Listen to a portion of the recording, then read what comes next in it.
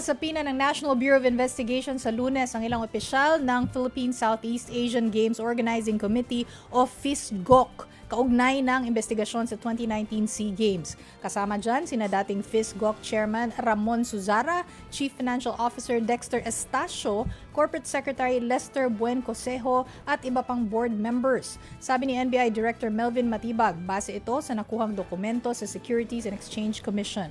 Sa susunod na Biyernes sila inaasahang magpapakita sa NBI. Nilinaw naman ni Matibag na hindi lumabas ang pangalan ni dating FISGOC Chairperson at Senador Alan Peter Cayetano sa mga dokumento ng SEC mula 2019 hanggang 2021.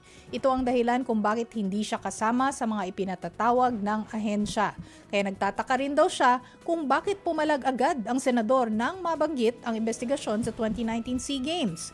Kaugnay niyan, kinumpirma ni Ombudsman Boying Rimulya na pag-aaralan muli nila ang mga kontrobersya sa 2019 SEA Games. Pinakukuha na rin ng Ombudsman ang mga dokumento kaugnay sa pagbasura ng kaso laban kay Department of Public Works and Highways Secretary Vince Dizon na nagsilbi noon bilang Basis Conversion and Development Authority Chief.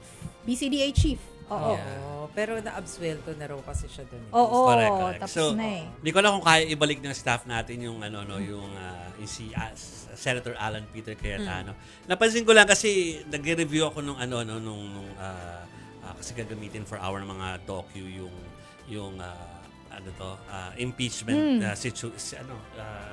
videos natin. Oo. Parang doon talaga parang lagi nakasimangot seryoso masyado si Senator Alan Peter Cayetano sa impeachment court. Oo. Pero dito sa video na Totoo. pinapakita natin, talaga dyan iba parang nakangiti-ngiti talaga siya. Smile. Nakasmile talaga.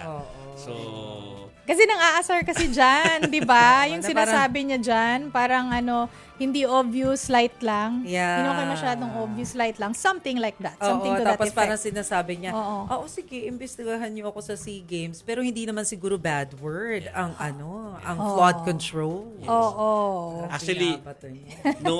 nung kausap ko yung mga editors meaning VTR editors habang naghahanap ako ng video nga for yung ginagawa natin special report for next week. Ang napuna pa doon, iba yung kulay nung beard or Ayun nga. facial hair. Very obvious yun. Oo. Nagtina ba siya? Parang iba, parang Mukha. darker na yung Di ba sa naging black latest, yung facial hair niya? Yeah. Part ba yun ng branding? I think so. Parang bumata, no? Actually, Oo. bumata. Bagay sa kanya actually ang ganyan. Yes, Dark I facial agree. hair. Yung Kesa maaliwalas yung- lang, yes, maaliwalas. Agree. Oo. Kesa yung wala siyang facial hair. Oo. Pinipigilan Totoo. tayo pag-usapan. Hindi kami pupunta doon sa sinabi ni Tito Ronald. Oo. Hindi kami pupunta doon. Pero yeah. Observation Mas lang bagay naman sa ng kanya sa yung may amin, balbas. hindi conclusion. Yes, yes, Oo, yes. observation lang.